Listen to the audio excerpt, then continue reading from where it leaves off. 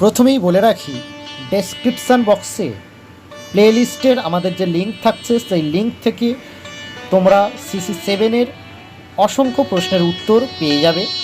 আলাউদ্দিন খলজির মূল্য নিয়ন্ত্রণ নীতি তোমাদের জন্য ভীষণ ইম্পর্ট্যান্ট একটি প্রশ্ন, তাই এই প্রশ্নটি এখানে ভালোভাবে দেওয়া হলো। তোমরা চাইলে সুন্দর করে খাতায় লিখে নিতে পারো এবং প্লেলিস্ট ফলো করতে পারো। সেখান থেকে এই ধরনের আরও অনেক প্রশ্নের উত্তর একই সাথে পেয়ে যাবে।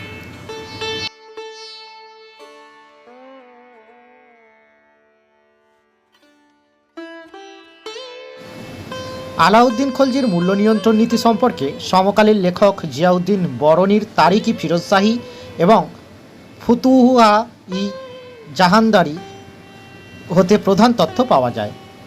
বরনির রচনা থেকে জানা যায় যে 1303 খ্রিস্টাব্দে আলাউদ্দিন একাধারে চিতোরের যুদ্ধ ও মঙ্গল আক্রমণের সম্মুখীন হন। আলাউদ্দিনের রাজ্যজয় এবং বিজিত অঞ্চল থেকে সম্পদ লুণ্ঠনের ফলে রাজধানী দিল্লি ও সন্নিহিত অঞ্চলে বাজারে প্রচুর মুদ্রার আমদানি হয়। বাজারে মুদ্রার পরিমাণ বাড়ায় জিনিসপত্রের দাম বৃদ্ধি পায়। তিনি সেনাদের যে হারে বেতন দিতেন তার দ্বারা তার সেনাদলের ও কর্মচারীদের পক্ষে দ্রব্যমূল্য বাড়ায় জীবনযাপন খুব দুষ্কর হয়ে যায়। এই সকল কারণে তিনি বিরাট পরিমাণ অর্থের দরকার হয়। যদিও তিনি ভূমি রাজস্বের হার বাড়ার এবং দেবগিরি হতে বহু অর্থ আনেন, হিসেব করে দেখা যায় যে 5 থেকে 6 বছরের মধ্যে বাড়তি খরচ মেটাতে এই সকল অর্থ নিঃশেষ হয়ে যায়। এমতাবস্থায় তিনি বিশ্বাসভাজন মন্ত্রীদের পরামর্শ নেন। তারা বলেন যে যদি আলাউদ্দিন বেতন না বাড়িয়ে জিনিসপত্রের দাম নিয়ন্ত্রণে রাখতে পারেন তবে তার সরকার বর্তমান আয় অনুসারে সেনাদলের প্রতি সেনাকে বছরে 234 টঙ্কা হারে বেতন দিলেই চলবে। জিনিসপত্রের দাম কম থাকলে এই টাকায় সেনাদল তাদের জীবনযাত্রার ব্যয় নির্বাহ করতে পারবে। বরনির মতে সামরিক বাহিনীর স্বার্থেই সুলতান মূল্য নিয়ন্ত্রণ চালু করেন। যাই হোক, বরনির মতে মূল্য নিয়ন্ত্রণ নীতির দ্বারা বাজারে জিনিসপত্রের দাম কমানো হলে এই বেতন দ্বারা আলাউদ্দিনের সেনা ও কর্মচারীরা জীবিকা নির্বাহ করতে পারে। সামরিক প্রয়োজনই ছিল আলাউদ্দিনের মূল্য নিয়ন্ত্রণ নীতির মূল উদ্দেশ্য। ডক্টর KS লালের মতে আলাউদ্দিনের রাজত্বকাল ছিল যুদ্ধবিগ্রহে পূর্ণ। যুদ্ধবিগ্রহের দরুন পণ্য চলাচল ও সরবরাহ ব্যবস্থা খুবই বিপর্যস্ত হতো। 1303 খ্রিস্টাব্দে মালিক তার্ঘি দিল্লি আক্রমণ করলে যমুনা পার হয়ে দিল্লিতে খাদ্য সরবরাহ ব্যবস্থা বিপর্যস্ত হয়। এর ফলে শহরে যে সকল বণিকদের গুদামে খাদ্য মজুদ থাকত তারা অনেক বেশি দরে খাদ্য বিক্রি করত, যাতে রাজধানীতে এরূপ অবস্থা ভবিষ্যতে না দেখা দেয় এবং বাজার দরের স্বাভাবিক হার বজায় থাকে। এই উদ্দেশ্যে আলাউদ্দিন মূল্য নিয়ন্ত্রণ করেন। ডক্টর UN দের মতে আলাউদ্দিনের আমলে দিল্লি ছিল একটি জনবহুল নগরী। রাজধানীতে সর্বদা একটি শক্তিশালী সেনাদল হাজির থাকত। নানা অঞ্চল থেকে লোকজন রাজধানীতে আসত এবং বাণিজ্য উপলক্ষে বহু বণিকও নগরে আসত। এর ফলে দিল্লিতে লোকসংখ্যা বাড়ে এবং মুদ্রাস্ফীতি দেখা দেয়।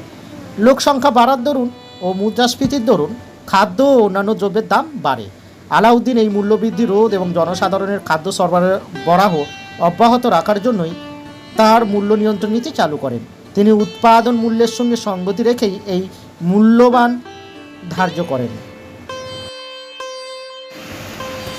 আলাউদ্দিন মূলত রাষ্ট্রের আয় বাড়ানোর জন্য রাজস্ব ব্যবস্থার সংস্কার করেন। এক্ষেত্রে তিনি কতকগুলি নতুন পদ্ধতি গ্রহণ করেন। সেগুলি হলো: 1. আলাউদ্দিন খলজি রাজস্ব ব্যবস্থা পরিচালনার জন্য একটি পৃথক দপ্তর প্রতিষ্ঠা করেন। তিনি দেওয়ান-ই-আশরাফ নামে হিসাবরক্ষক নিযুক্ত করেন এবং দুর্নীতিগ্রস্ত কর্মচারীদের কঠোর শাস্তি প্রদান করেন। 2. তিনি প্রথম জমি জরিপ করে জমির আয়তন ও ফসল উৎপাদনের ভিত্তিতে রাজস্ব নির্ধারণ করেন। এছাড়া খালিসা বা খাস জমির পরিমাণ বৃদ্ধি করেন এবং আমিল নামক কর্মচারীদের মাধ্যমে কৃষকদের কাছ থেকে সরাসরি রাজস্ব আদায়ের ব্যবস্থা করেন। 3. খুত মুকদ্দম চৌধুরী প্রভৃতি হিন্দু কর্মচারীদের প্রতিপত্তি খর্ব করার জন্য হিন্দুদের উপর রাজস্বের পরিমাণ 1.5 গুণ বৃদ্ধি করেন। পাশাপাশি তিনি সমস্ত প্রকার আর্থিক ছাড় বাতিল করেন এবং জমি জরিপ করে বেশি হারে রাজস্ব আদায়ের মাধ্যমে সাধারণ চাষি ও জমিদারদের মধ্যে পার্থক্য দূর করেন। এছাড়া তিনি হিন্দুদের উপর গৃহকর, গোচারণ কর এবং জিজিয়া কর ধার্য করেন। এই পদ্ধতিগুলি গ্রহণের পর হিন্দুদের ঘরে সোনা বা রূপো প্রায়ই পাওয়াই যেত না। আলাউদ্দিন ইক্তা ব্যবস্থার পরিবর্তন আনেন। তিনি ইক্তাদারদের দুর্নীতি দূর করার জন্য প্রতিটি ইক্তায় হিসাব পরীক্ষার ব্যবস্থা করেন এবং দোষী ইক্তাদারদের কঠোর শাস্তি দেন। তেমনি আলাউদ্দিন খারাজ ছাড়াও সেচ কর, চারণ কর প্রভৃতি কর আদায়ের করে আর্থিক দিক থেকে রাজকোষ সমৃদ্ধ করেন। অন্যদিকে হিন্দু কর্মচারী ও অভিজাত শ্রেণীর হাতে অর্থ না থাকায় বিদ্রোহের সম্ভাবনা দূর হয়। আলাউদ্দিন খলজির অর্থনৈতিক সংস্কারের মধ্যে সর্বাধিক উল্লেখযোগ্য ছিল দ্রব্যমূল্য নিয়ন্ত্রণ বা বাজার দর নিয়ন্ত্রণ ব্যবস্থার প্রচলন, সরকারি খরচের সুষ্ঠু পরিচালনা, স্থায়ী সেনাবাহিনীর খরচ মেটানো এবং দাক্ষিণাত্য থেকে আগত ধনসম্পদের ফলে সৃষ্ট মুদ্রাস্ফীতির পরিপ্রেক্ষিতে আলাউদ্দিন খলজি এই ব্যবস্থা গ্রহণ করেন। বিশাল সেনাবাহিনীর বেতন বারবার বৃদ্ধি করা সম্ভব ছিল না, তাই দিল্লিবাসী ও সৈন্যরা যাতে স্বল্প আয়ে স্বাচ্ছন্দ্যে জীবনযাপন করতে পারে তার জন্য আলাউদ্দিন বাজার দর নিয়ন্ত্রণ করেন। আলাউদ্দিন খলজি দ্রব্যমূল্য নিয়ন্ত্রণ নীতি প্রচলনের জন্য কতগুলি নিয়ম কানুন তৈরি করেন। সেগুলি হলো: আলাউদ্দিন কাপড়, খাদ্যশস্য, রেশম, রুটি, শাকসবজি প্রভৃতির দাম বেঁধে দেন। 2. বণিকদের দূর প্রান্ত থেকে জিনিসপত্র আমদানি করার নির্দেশ দেন। 3. কোনো ব্যক্তি বা প্রতিষ্ঠানের পক্ষে অতিরিক্ত দ্রব্য মজুত করা নিষিদ্ধ করেন। 4. বিভিন্ন দ্রব্যের দামের তালিকা তৈরি করেন এবং ব্যবসায়ীরা যাতে তালিকার চেয়ে বেশি দাম নিতে না পারে তার জন্য কঠোর ব্যবস্থা গ্রহণ করেন। আলাউদ্দিন খলজির নির্দেশে সমস্ত ব্যবসায়ীদের দিল্লিতে ব্যবসা করার জন্য নাম নথিভুক্ত করতে হতো।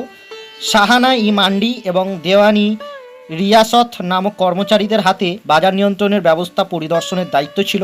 দেশের বিভিন্ন অঞ্চল থেকে আগত বণিকরা দিল্লি অঞ্চলে এসে নির্দিষ্ট দামে জিনিসপত্র বিক্রয় করতে বাধ্য ছিল। ইতিহাসবিদ বারনি মোরল্যান্ড প্রমুখের মতে আলাউদ্দিন এর এই মূল্য নিয়ন্ত্রণ ব্যবস্থা দিল্লি অঞ্চলেই চালু ছিল। তবে ফিরিস্তার বিবরণ থেকে জানা যায় যে দিল্লি ছাড়াও